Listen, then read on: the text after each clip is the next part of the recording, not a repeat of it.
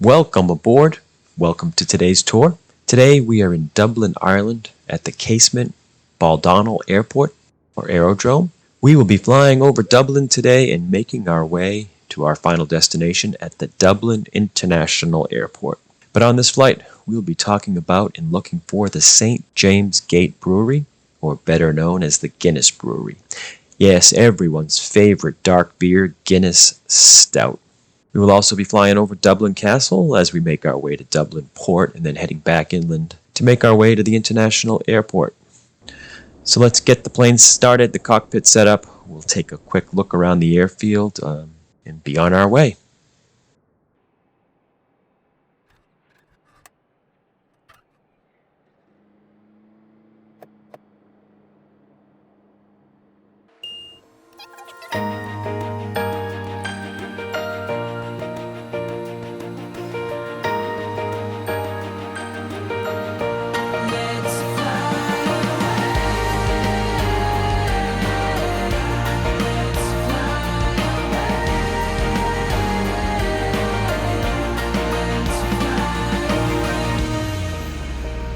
Hey, look around the airfield here.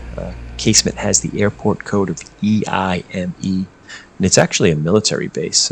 It's the headquarters in the airfield for the Irish Air Corps. It was originally laid out in 1917 and was used by the Royal Flying Corps. That would become the Royal Air Force, the RAF, and was part of the Ireland Command. The airport has two runways, runway 5 and runway 11.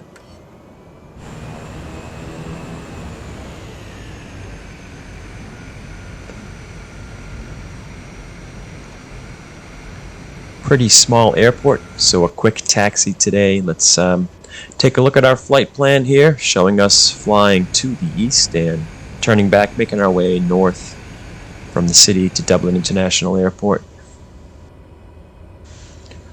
We will fly over Dublin Castle, then the Docklands, over the port, and then we'll actually turn around and come back in and find the St. James Gate Brewery.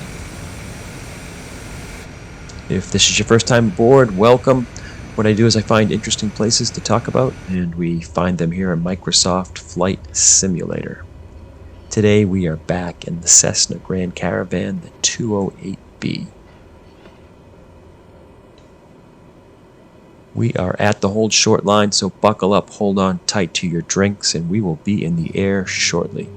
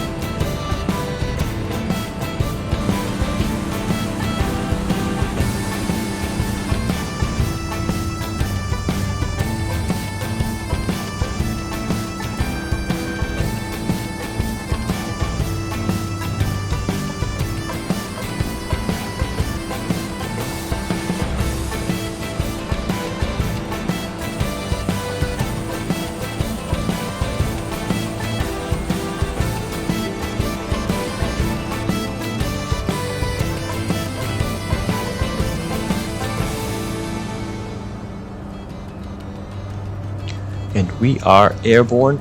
We have departed the airport to the southwest, I believe, so we will get the aircraft turned around and fly east. We'll be flying just south of the River Liffey.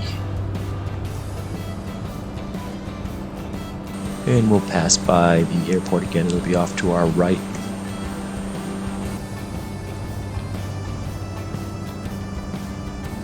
The man behind the beer and the brand was Arthur Guinness. It is said he was born on September 28, 1725, and that's based on the official position of the Guinness Company, although there's no documentation of the date or even the exact place of his birth, but speculation is that he was born in the County Kildare. In 1752, Arthur Guinness's godfather, Arthur Price, left him £100 in his will. And at that time, that was about 4 years' wages, so a good amount of money.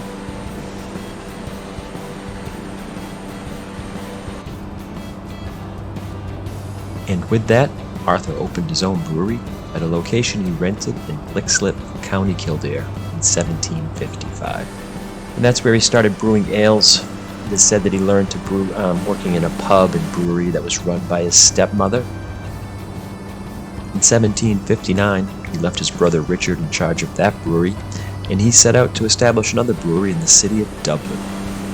Hoping to expand the business, he found an old dilapidated brewery in the southwest of Dublin. The brewery consisted of about 4 acres, 1 copper kettle, a mill house, a malt house, and some horse stables. Arthur Guinness agreed to rent the non-operational brewery from the owner for £100 down payment and £45 a month for rent. On the last day of December 1759, he signed a 9,000-year lease for the brewery. First, we are going to pass over the Dublin Castle just ahead. The castle is one of the oldest buildings in Dublin. The original castle towers date back to King John in the early 13th century and was built on a former Viking site. The castle had 4 towers linked by high walls around a large central enclosure. But in 1684, a large fire destroyed much of the original castle. But some of the original medieval structure still exists today, but the castle was rebuilt more in a style of a palace, so I guess less fortified of a structure. The castle is still in use today. It served in many roles. It served as a royal residence, a military base, and offices for the English, British, and now Irish officials following Ireland's independence in 1922. It's used for government functions, and it's also become a major tourist attraction. Over 250,000 people visit the castle each year. Just ahead, we will be passing over Dublin Port out over the water where we will turn around. And this port handles about 2/3 of all of Ireland's port traffic. Arthur started brewing his ales as he had at his original brewery, but in the 1770s he started brewing a porter. This was an English style of beer invented in London. This was different than the other ales of the time because it used roasted barley, which gave it a dark ruby color and a roasted, robust aroma. The name was derived from the street and river porters in London, who the style was very popular with. In 1769, about 10 years after opening his Dublin brewery, the first of his dark beers would be exported from Ireland. 6.5 barrels were shipped to England from Dublin, and this was the beginning of what would become a global beer brand. By 1799, Arthur Guinness had stopped brewing all of the other ales and only brewed his version of the porter. He then went on to brew other styles of his popular porter. One of these was the Guinness West Indies Porter, which now is known as the Guinness Foreign Extra Stout, that's still brewed to this day. It accounts for about 45% of all the beer sold by Guinness. Arthur Guinness died in 1803 after building a very successful brewery with a growing export trade. The brewery was then passed on to his son, Arthur Guinness II, and the business would go on to be passed from father to son for over 5 generations. While Arthur Guinness II was running the business, it would reach the status of the largest brewery in Ireland, and by 1820, the Guinness beer was being shipped to Lisbon, Portugal, South Carolina and New York in the US, Barbados in the Caribbean, and Sierra Leone in Africa. During this time, the recipe for what was called the Extra Superior Porter was also added. It's what is known today as the Guinness Extra Stout, or sometimes referred to as the Guinness Original. Porters were made stronger, such as the ones having higher ABV, alcohol by volume, and were referred to as a stout porter, so then that became a beer style just known as stout. It's a separate style of beer today. We are just about at the brewery. You will see it just ahead of us. The name St. James Gate comes from the gate that was on James Street here in Dublin and was the west entrance to the city. Dublin at one point was a walled city, and the entrances were protected by gates. And it also served as a toll point for goods entering the city. The actual gate, of course, has long been since demolished sometime during the 18th century.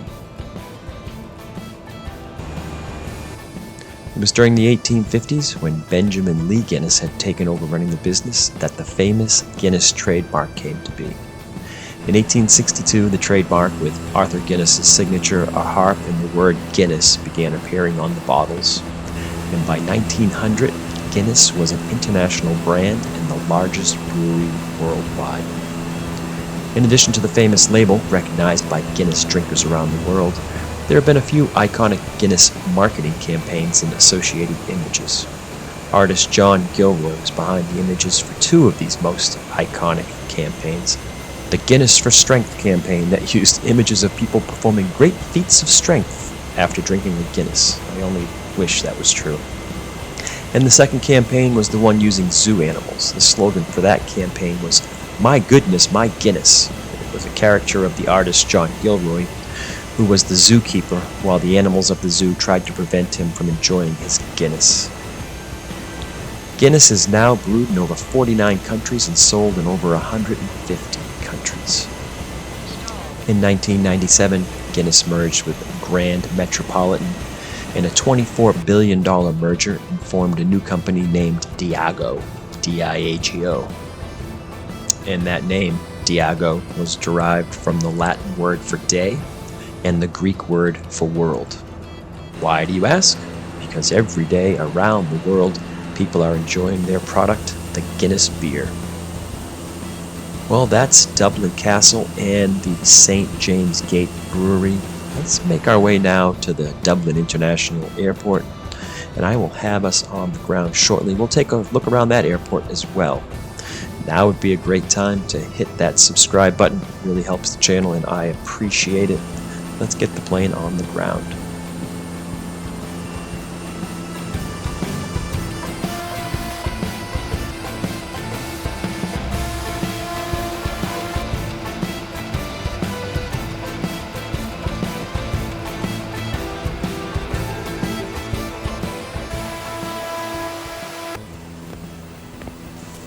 Attention, unidentified objects approaching from the east. All personnel proceed to action stations immediately.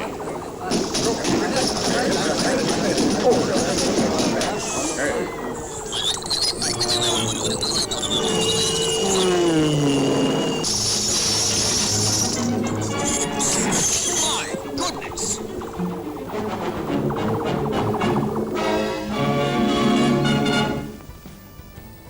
Hey, Matilda! You're not in Australia now. That's better. Now, let's do the Guinness commercial. Ready? Good. Guinness makes you feel more what? That's right. Cheerful. And what is it Guinness gives you? Strength. Fine. And what's the one thing it's always a lovely day for? Out with it. Guinness! You know that! I do. Guinness is good for you.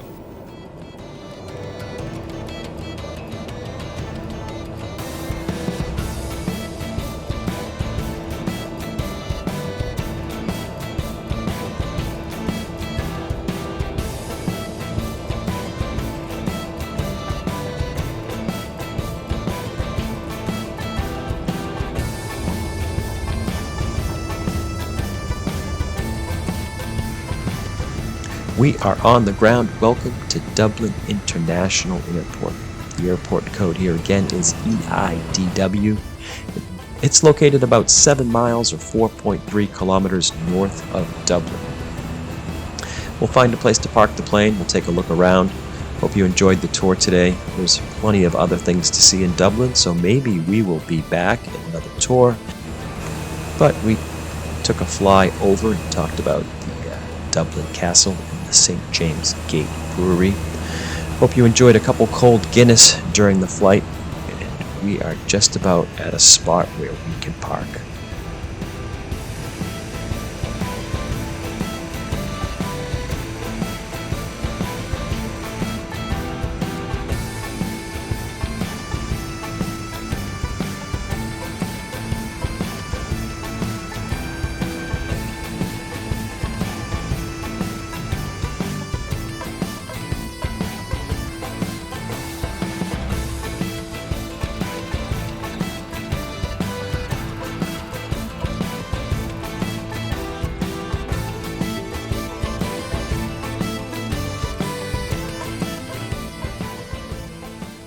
Let me know below if you enjoy Guinness. I love a proper Guinness. I love dark beer. Let me know if you've had one. Let me know if you've ever been to Dublin and had a Guinness and have been to the St. James Gate Brewery. That would be great. If you have an idea for any other tours, leave me a comment below and we'll fly there.